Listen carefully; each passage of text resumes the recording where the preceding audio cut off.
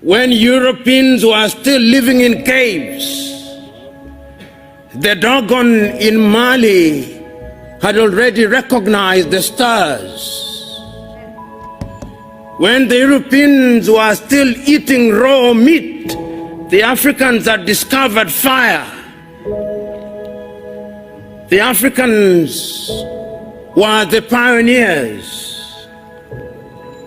And even if you look at all religions and their creation, and I'm a keen reader of the Bible, and the Bible records, and the God said, let us create man in our own image, and that he took soil and formed man out of it. The last time I checked, soil was brown or black, not white.